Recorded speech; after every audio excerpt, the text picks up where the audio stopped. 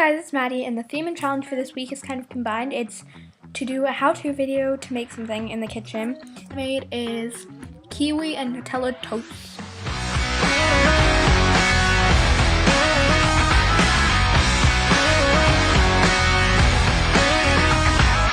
One day when I came home at lunchtime, I heard a funny noise. Went out to the backyard to find out if we was one of those rowdy boys. Stood there with my neighbor called Peter in a flux capacitor. He told me he built a time machine, wanted to film a scene. Yeah, he said I've been to the year 3000. Not much has changed, but they lived underwater. And your great-great-great-granddaughter is divine. You and I.